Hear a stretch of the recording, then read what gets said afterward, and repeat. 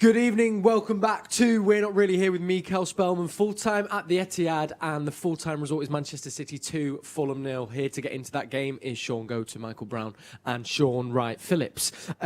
Michael, it was much of the same in the second half as the first, just couldn't quite put the ball in the back of the net. Well, they couldn't. There was saves, there was opportunities, and it was so comfortable. I mean, the game just played it out, and we were joking, weren't we, about Fulham saying, you know, at 2-0, they wanted to just go straight back. They had a go, but it was a game Manchester City needed, I think. Very, very comfortable, just carried on, no injuries, no substitutions as well. So we've seen some great passes, some great touches. Yes, we would have liked more goals. We get spoilt, don't we? We see so many goals at times at Manchester City that we want to see it. Very professional performance and seeing out the game, and that's what I think Manchester City need at the moment. Do you think, Sean, that it was down to maybe some heroics from Areola, of course, Fulham's goalkeeper in the second half, that we maybe didn't get a little bit closer to someone's prediction here in the studio, do you think? I'm hoping it's my prediction you're talking about. but yeah, I think he did really well. There were, like Bruyne said, we had a few chances and the keeper did what he was supposedly in net for, and he stopped him. On the looking at the other side of the pitch as well, I think that's 9 clean sheets, possibly out of 13. I think I'm correct on that. It might be 8. But I mean, do you think enough's been spoken about that our defensive record that must stand us in good stead for, of course, some big games to come in the form of Marseille, but then United next week, Sean? Yes, this is what you want to sort of build from. These clean sheets, these consistency. Yes, we love City scoring 5 goals, 2 goals, 3 goals, 6 goals, more, whatever. But the clean sheet is also a brilliant thing to because teams see, the last 3-4 games, what have City done? You know, you could potentially get a chance to go, no, they've kept clean sheets. So, you know, as a forward playing against City, you'll be thinking it's going to be hard to get chances. So I think this is good that we got this. And we were talking about Diaz coming into the team. And what we could hear is the communication, him talking, that verbal, shift across. And I also like to sort of give a mention to Stones, because Stones, just for me, it's just raised his game. He's just going up this level. I've seen him now play a couple of games now where I'm not seeing him taking those risky passes. And this all adds to keeping clean sheets, keeping clean sheets, and the team just generally playing well. Of course, them solid foundations. Well, speaking of the man John Stones, we can now hear what he had to say at full-time. John, well done today. Back-to-back wins in the league for the first time this season. Did the start of the campaign perhaps demand 2 performances like that? Yeah, definitely. We said after the Champions League game, another clean sheet that the boys got out there, and we wanted to keep that run going. And today's a tough opponent that we did a few days work on after the game in Porto, but we knew what we were up against, and we set it out from the start. We need to keep this win going, keep this streak going, and keep these clean sheets going as well. 2 goals at the other end. There could have been more. Manchester City today. Yeah, definitely. I think every game that we play in, we could always score more, and we're frustrated with ourselves. But it's good to just get 3 points, and I'm sure the boys will be frustrated up the strikers that haven't taken the chances. But it's something that we can learn on and improve on for the next game we're going to. As you mentioned, 4 clean sheets now in a row, 2 Premier League starts for you back to back. How would you assess the competition for places defensively? Always the same. The manager demands a lot from us and expects a lot from us, and we're all fighting for our places. Everyone on the team, no matter what position it is. So, when we get our chance, we've got to take it, and I think it gives us a good, healthy competition. The winning spirit, the demands, and we know what is expected of us when we're out on the pitch. So if we don't deliver, we know that someone else is always fighting for that spot, and I think that's what's done us so well over the last 5 years in this club. Everyone's got high standards and tries to keep them there, and that's what the manager wants and obviously demands from us. It's the result that puts you in the top 4 with a game in hand. Do you feel you're starting to turn a corner? Yeah, I said before the game to the lads that it's another step forward. It's another chance for us to put a mark on this season, and we take it game game by game and see where it takes us. But we solely focused on each game, and this one today we did, and we've come through with 3 points. And I suppose I could say before the game everyone's words worked, and that's what that transpired onto the pitch. So we've got to keep going in this moment and keep this winning mentality going for every game that we play. Thanks, John. Thank you.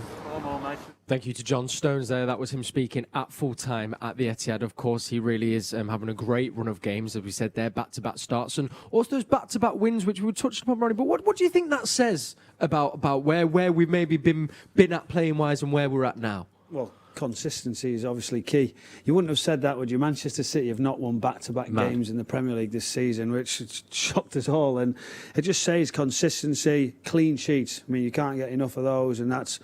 And again, changing the defence. That's what you've got to... Shot on time. So it says it all. I think it was a solid performance, and it was great there. Look at John Stones. He just wants to play. He said it about the competition, which we discussed about somebody's always waiting to step in if you're not at the top of your game, and he seemed to be enjoying it. Lots of touches for him, lots of moving the ball around, very, very comfortable. So it was a real solid performance.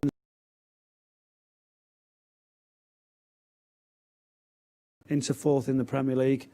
You know, it's getting closer. We're coming there. It's getting good. I wanted to quickly mention as well something that I've noticed over the last couple of games. Shaun, it feels like the pressing that we were so used to seeing and associating with the Guardiola team, particularly our Manchester City team, I felt it dropped off at the start of the season. But looking there today in Burnley, it seems like the pressing is getting back to that level we're so used to seeing with Manchester City.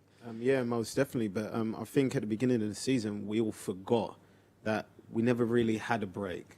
We just came basically back into a season just after another one. So I think it was just a matter of them getting back up that match fitness. And now they're all got to that level.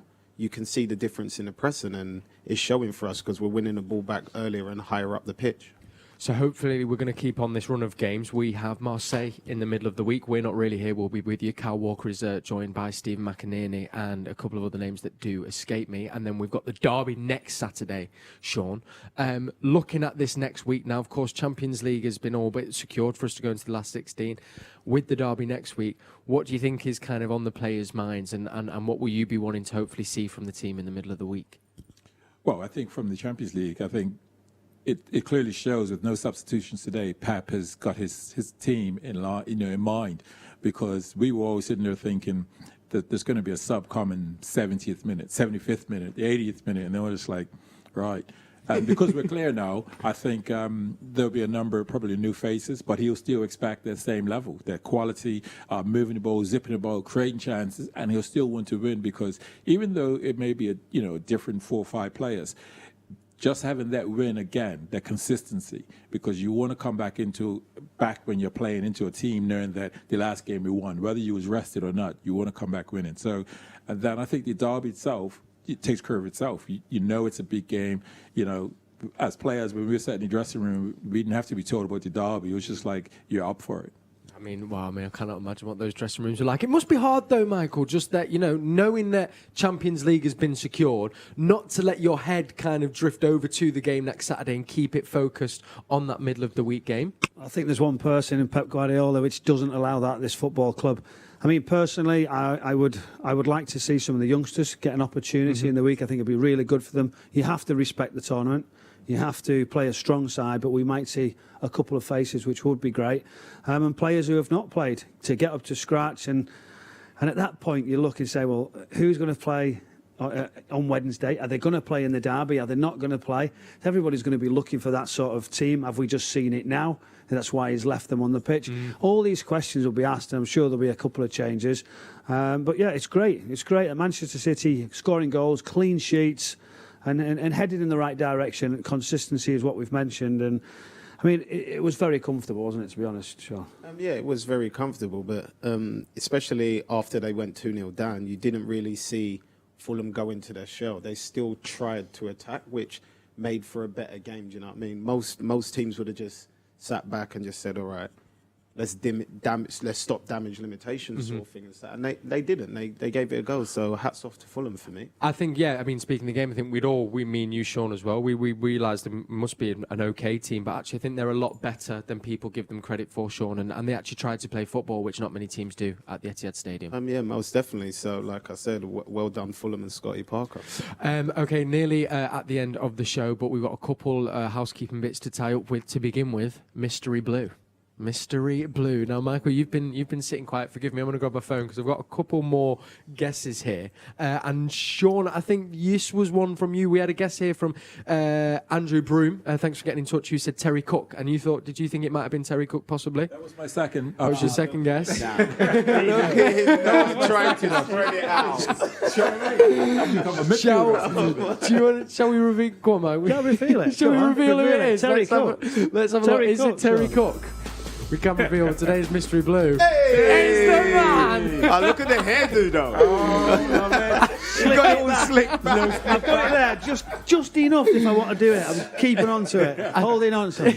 I tell you what, though, that I got it, straight away when I said that. Did you know? And I've gone, no. I think I know who it is, and I thought I better keep quiet. Yeah. Tricked a lot of people, though. I Obvious. guess it's coming from all sorts. You were right on the Kappa shout, though. I mean, that Kappa kit, though, was so nice. Just didn't have my size. You're always a little bit big. So Yeah, we can leave that on, can't we? Look. I'll tell you what, chiseled features as well there. Those are the days. Tell you what, that is a banging. I do love that football shirt. And final thing from us here. Congratulations to anyone that did get that right.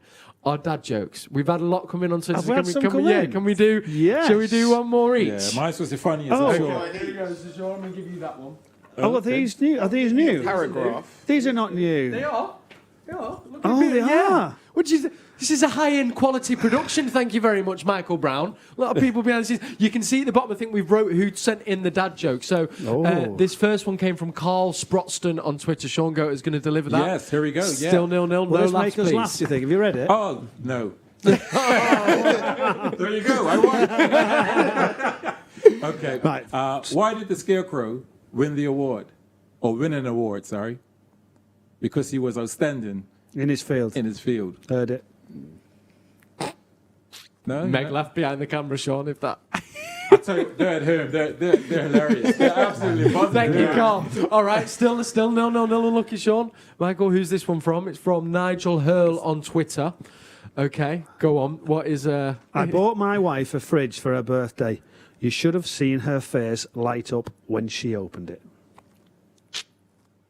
He laughs at everything, doesn't he? He does. I love a dad joke, though. I thought I saw a slight quiver Not from bad, Sean Nigel. there. But Not no, bad. Not bad. Thanks All right. for that. John, can you do it? It's still an How entertaining many has draw. Nigel Hurl sent in? Is he sending another one? Yeah. Go on, Yes, Nigel. go on, Nigel. Who else got a Sadie Q in? Do you want to give a Sadie one? No, I'll give Oh, you this okay. one. My pet mouse Elvis died today. He was caught in a trap. Yeah, something like that. It's a good one, that. There was a slight wry smile there. That was strong. All right, I'll read out see the this last last one. Here one? we go. From Sadie Q on Twitter. Why don't eggs tell jokes? Don't know. They'd crack each other up. That's not Boom. bad, but it's not funny. It's supposed to be funny. There you go. Got it. So he's lost then. Sean's lost. Sean's lost.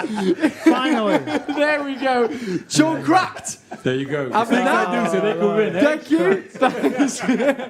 you. Gentlemen, what an absolute pleasure as always. Thank you so much to my guests, Sean Wright-Phillips, Michael Brown, and to Shaun Goater. So we're going to be back for our game against Marseille, and I can tell you it's Kevin Horlock and Paul Dickoff that are going to be on We're Not Really Here, and then we'll be also back for the derby. Gareth Barry will be joining me along with Richard Dunn. So have a wonderful weekend. Come on, City, and we'll see you all next week for the game against Marseille. Have a lovely weekend.